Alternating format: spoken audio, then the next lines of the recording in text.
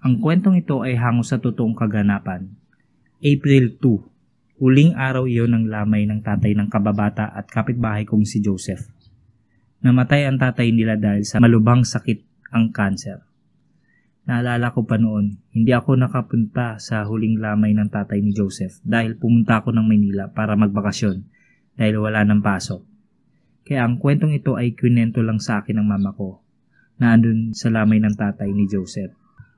Sabi ng mama ko, nasa likod lang daw sila ng bahay at naghahanda para sa libing ng tatay ni Joseph kinabukasan. Konti pa lang ang pumuntang mga nakikiramay dahil 6 PM pa lang iyon ng gabi pero madilim-dilim na. Alas 7 pa kasi mag-uumpisa ang parang huling pakikiramay sa tatay ni Joseph. Habang sila mama ay busy sa likod ng bahay at naghahanda para sa libing kinabukasan, ang ibang nakikiramay naman ay busy sa paglalaro ng baraha at ang iba ay nag-uusap sa harap at labas ng bahay.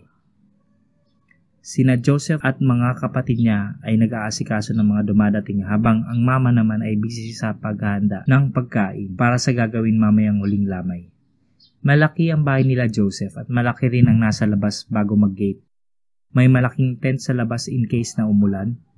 Maraming table at upuan kung saan pwedeng umupo, maglaro ng baraha at kumain ng biskwit sa mesa. Walang maayos na lagayan sa labas ang ataol kaya nasa loob ito ng bahay. Habang busy ang lahat sa kanilang gawain, bigla na lang may sumigaw ng sobrang lakas sa loob ng bahay nila Joseph. Nabigla ang lahat ng tao sa labas. Pumunta agad sila sa loob ng bahay. Nakita nila ang mama ni Joseph na iyak ng iyak. Sigaw ng sigaw at parang natatakot. Nabigla lahat ng tao sa labas. Pumunta agad sila sa loob ng bahay. Nakita nila ang mama ni Joseph na iyak ng iyak. Sigaw ng sigaw at parang natatakot. Agad-agad na lumapit sila Joseph sa mama nilang parang natataranta at natatakot. Di makapagsalita ang mama nila at tinuro lang yung ataol ng tatay nila Joseph. Pumunta agad ang magkakapatid sa ataol ng tatay nila at pati sila ay nabigla dahil nawala ang bangkay ng tatay nila sa loob ng ataol. Wala nang ang laman nito. Kahit ang mga nakikiramay ay saksi sa mga nangyaring kababalaghan. Isa na ang mama ko.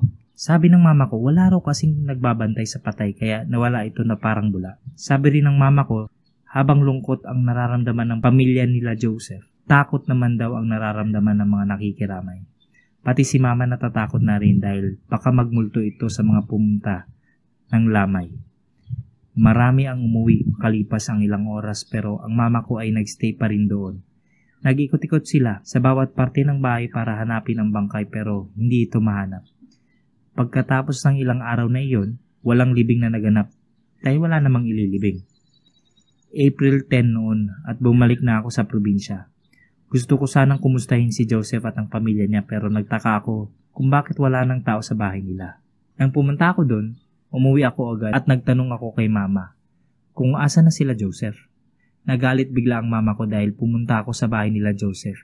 Nabigla ako sa reaksyon ng mama ko. At sinabi sa akin na wag na daw akong pumunta doon. Nabigla ako sa reaksyon ng mama ko na wag na daw akong pumunta roon. Nagtanong ako kung bakit at kinuwento niya ang mga nangyari sa lamay. At kaya pala wala na sila Joseph doon sa bahay nila ay dahil lumipat na sila ng tirahan. Lumipat sila ng tirahan dahil sa palagi raw nagpaparamdam ang tatay sa kanilang bahay. At ang nakakatakot pa, sabi ng mama ni Joseph sa mama ko, nakita niya daw ang asawa niya pero bigla daw itong nag-anyong demonyo. Sa sobrang takot ng mama ni Joseph at pati na si Joseph ay umalis na sila sa kanilang bahay dahil hindi lang kaluluwa ang nagpaparamdam kundi pati raw demonyo. 6 na taon na ang nakalipas at umuwi ako dito sa probinsya. Wala pa ring nakatira sa bahay nila Joseph. Nagmistulang itong haunted house.